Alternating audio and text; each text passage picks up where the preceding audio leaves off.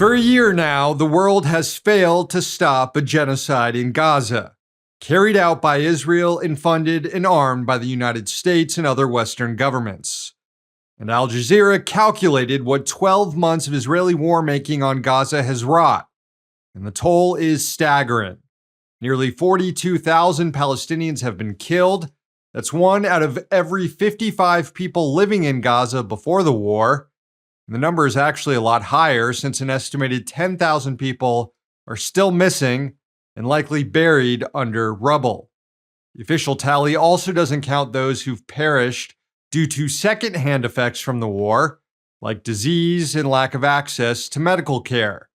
Some estimates have actually put the war-related fatalities at over 100,000.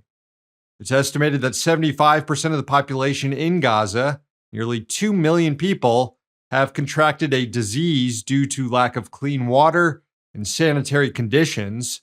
Hundreds of wells have been destroyed by Israeli operations. 114 hospitals in Gaza have been leveled or rendered inoperative by Israel, and nearly 1,000 medical workers have been killed. 96% of the enclave is experiencing the highest levels of food insecurity. 150,000 homes in Gaza have been turned to rubble. So too have 123 schools and universities, and more than 200 archaeological and heritage sites, and over 600 mosques destroyed by the Israeli military.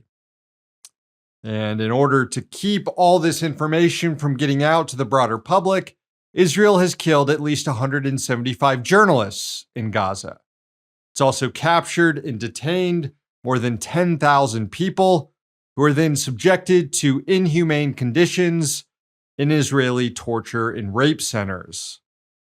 And at any point during the last year, all of this could have been halted had the United States decided to follow its own laws and international treaty obligations and cut off the flow of weapons Israel is using to create this carnage. But instead, at each step of the way, the Biden administration has opted not to rein in Israel, thus implicating itself in the ongoing war crimes. The Costs of War project out of Brown University calculated the contributions the United States has made so far to the devastation of Gaza. You can see in this chart how military assistance to Israel has surged in the last year, reaching historic highs amid Israel's mass crimes against humanity. It's made Israel the largest cumulative recipient of U.S. aid since World War II. Over $22 billion has gone out the door to finance Israel's military operations and provide much of the munitions for them.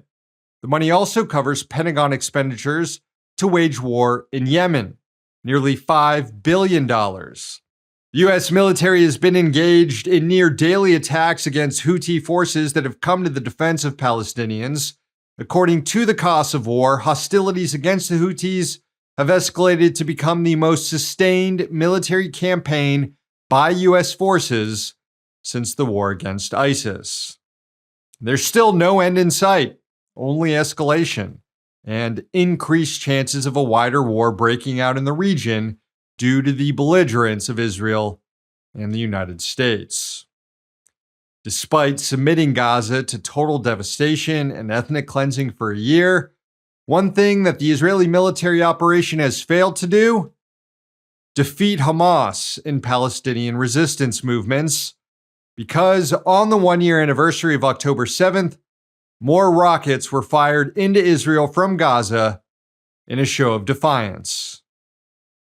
Hey, thanks for watching. Hit the subscribe button so you don't miss any of our new videos. Also, if you want to see Means Morning News in its complete form, not just the clips we post here, head on over to Means TV and get access to all our new episodes and our entire backlog, plus tons of other great movies and original TV shows.